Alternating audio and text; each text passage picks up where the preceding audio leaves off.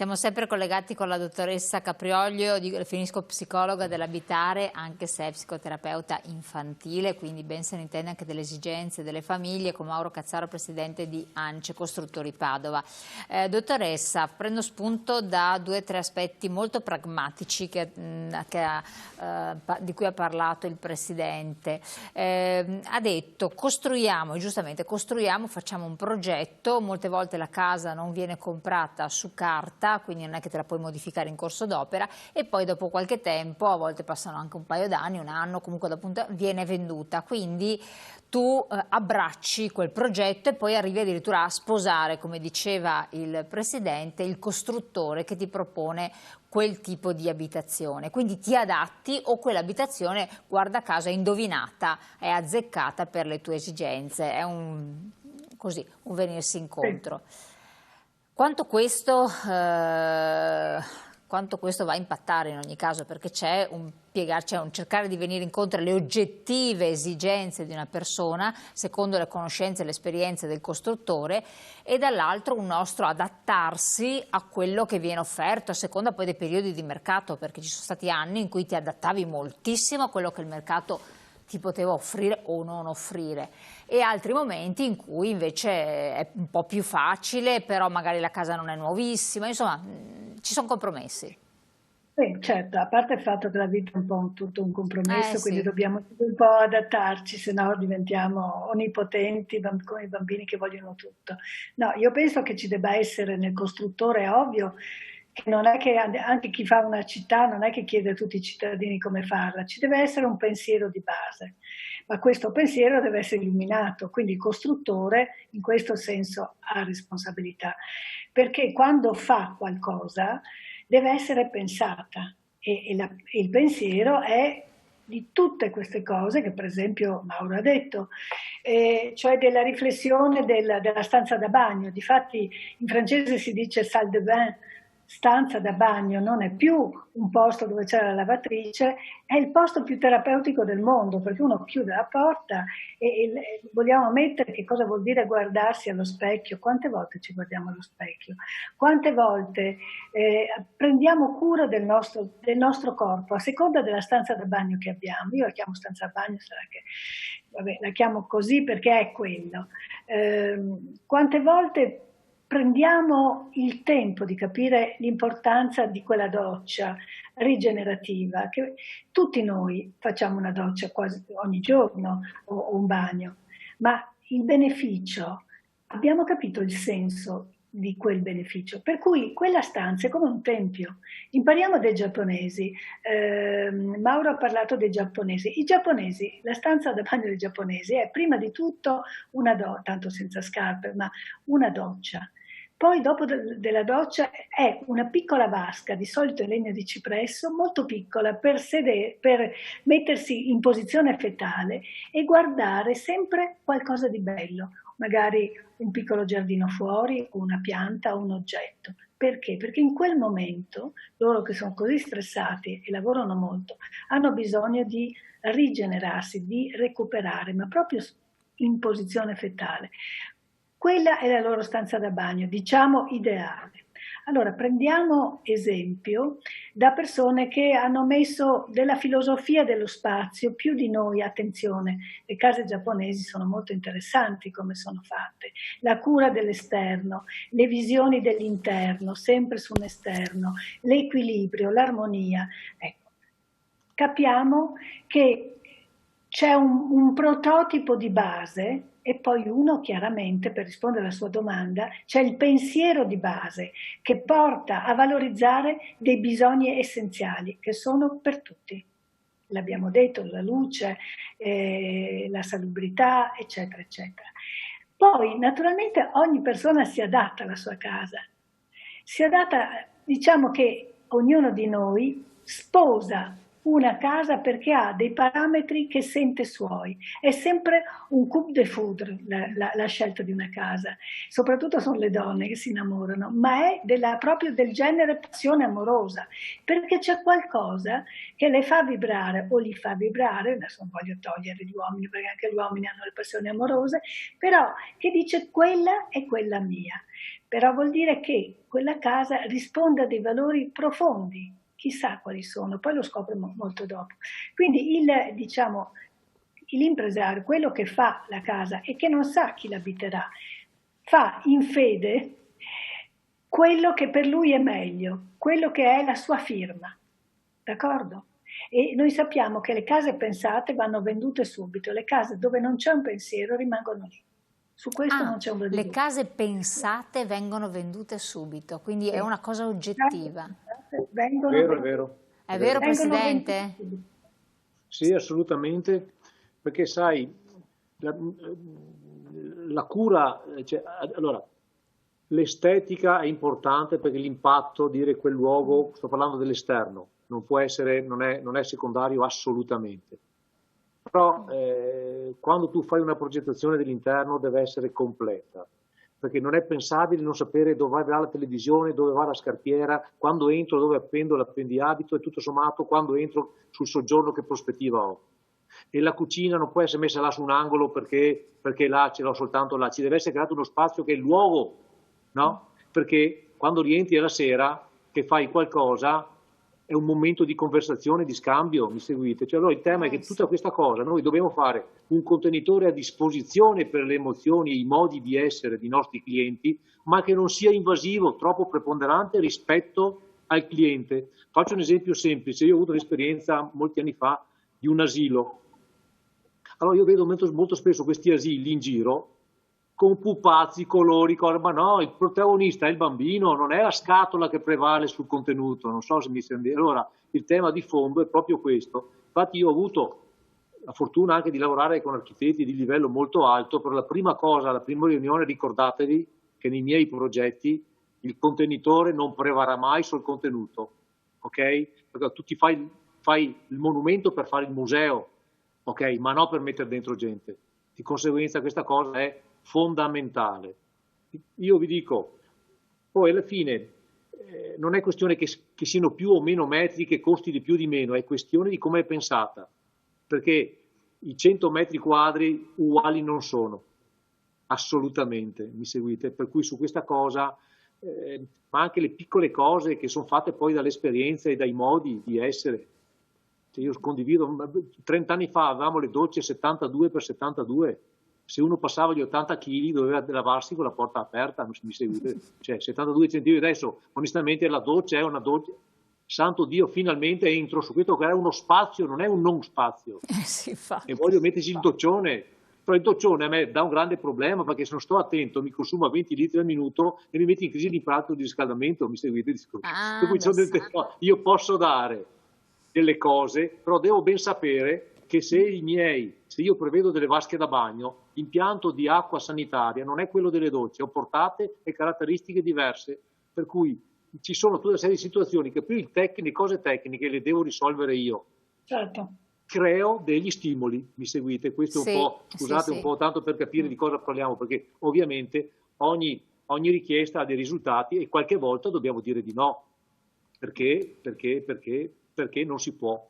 Sì, però se mi permetto di interrompere, però 10 anni fa, o no, quanto era, 15, tutti ci siamo comprati l'idromassaggio e poi alla prima rottura l'abbiamo buttato là, perché non avevamo capito il senso, l'avevamo comprato come status symbol, perché erano i primi, e poi l'abbiamo lasciato là, non l'abbiamo più usato. Allora si tratta di non comprare più oggetti senza senso, ma di capire il senso. Una doccia comoda ti serve per rigenerarti.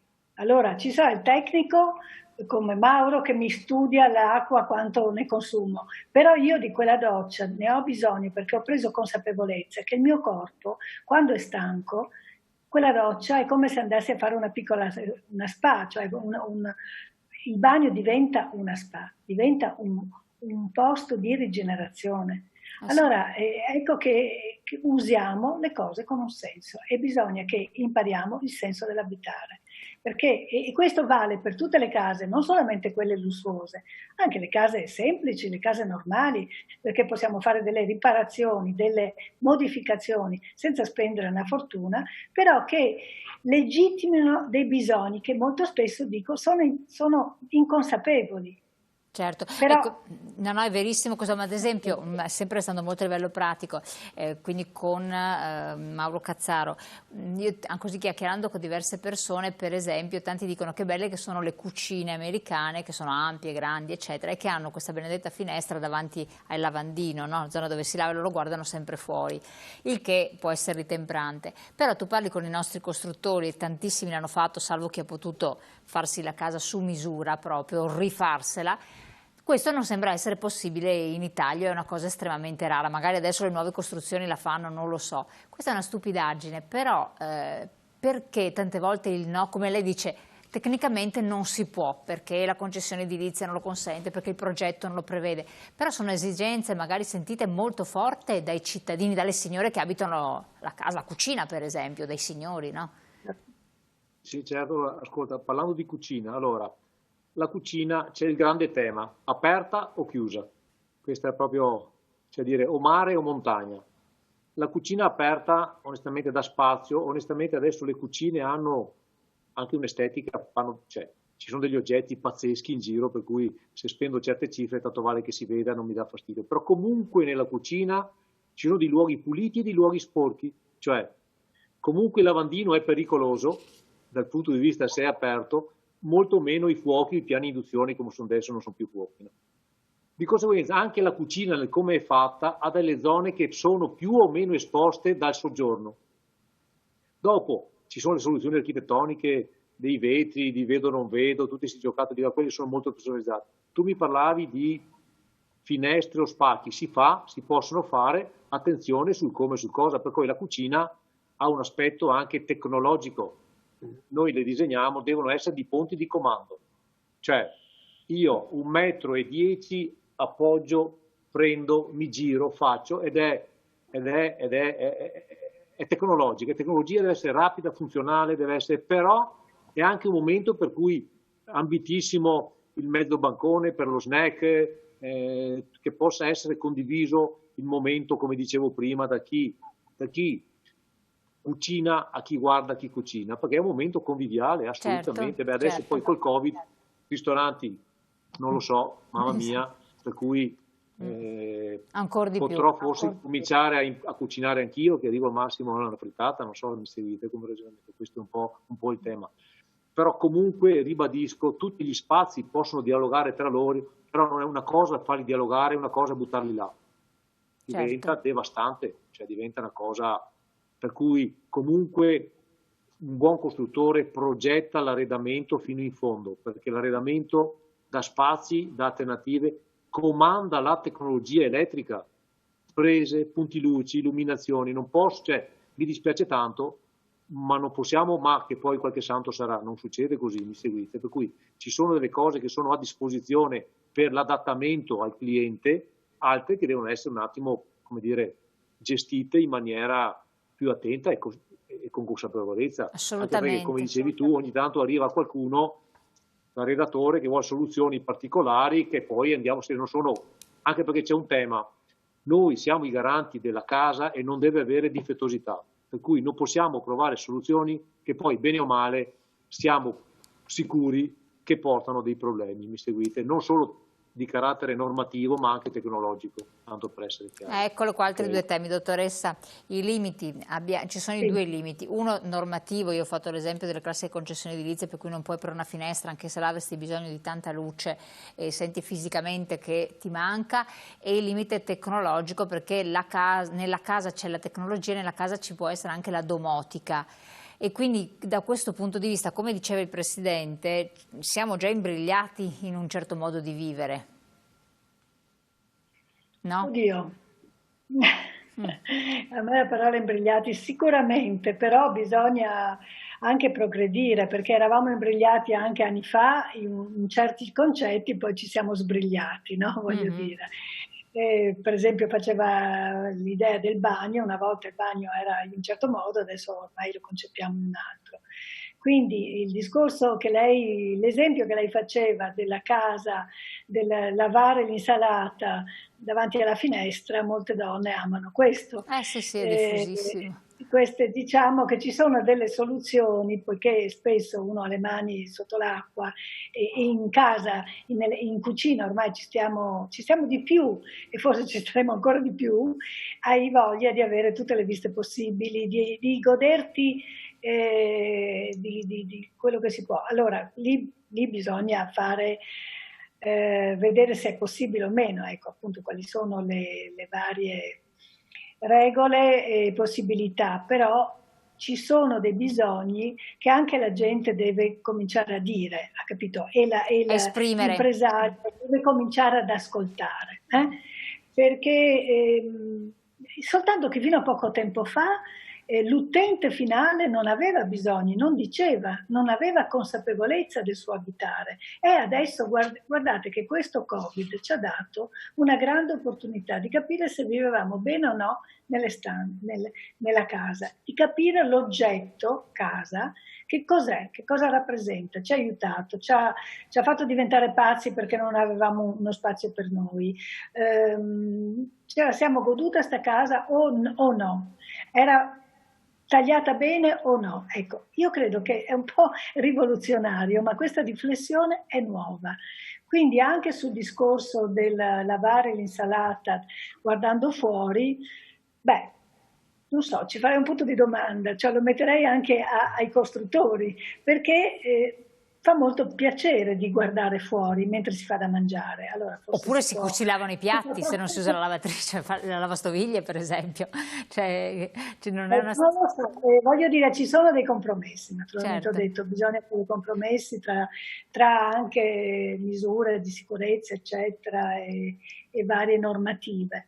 Però non va abdicato al proprio desiderio. La casa veramente è talmente importante per ognuno di noi, talmente fondamentale, che deve veramente corrispondere a qualcosa che piace, che soddisfa. Quindi cerchiamo di avere case che abbiano dei parametri buoni, che siano costruite bene, che siano costruite con un senso, che abbiano un pensiero dietro. Dopo ognuno la arreda come vuole la casa, ci mancherebbe.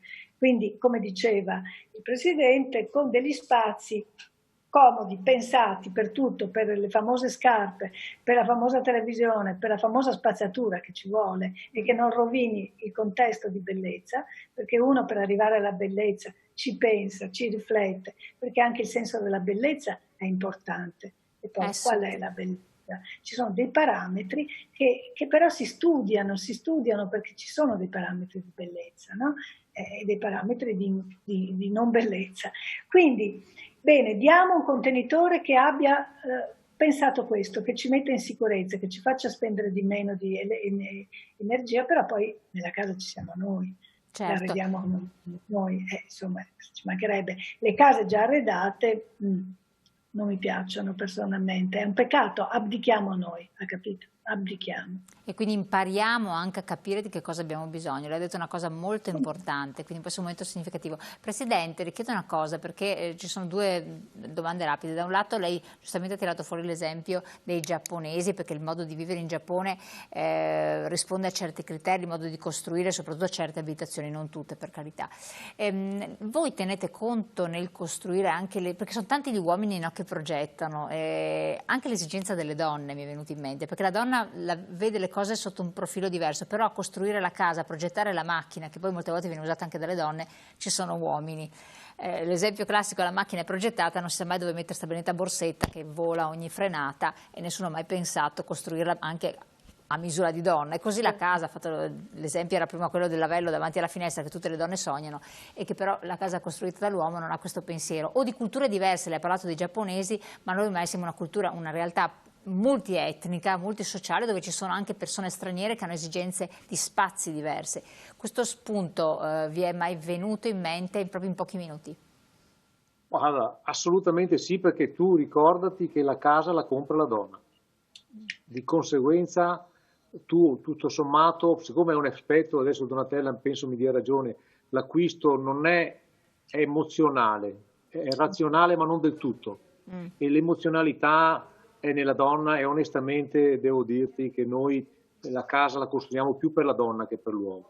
Cioè, il modo di ragionare, lo vediamo secondo quella che è la sensibilità e la vista della donna, perché insomma, certo, parliamoci chiaro, diciamo, la cliente nostra è quella, tanto per essere chiari. Per cui assolutamente sì, la donna è davanti assolutamente su questa cosa. Gli stranieri sono già presi, la cultura straniera di altre realtà è difficile da incrociare col nostro modo di progettare, proprio in 2 parole?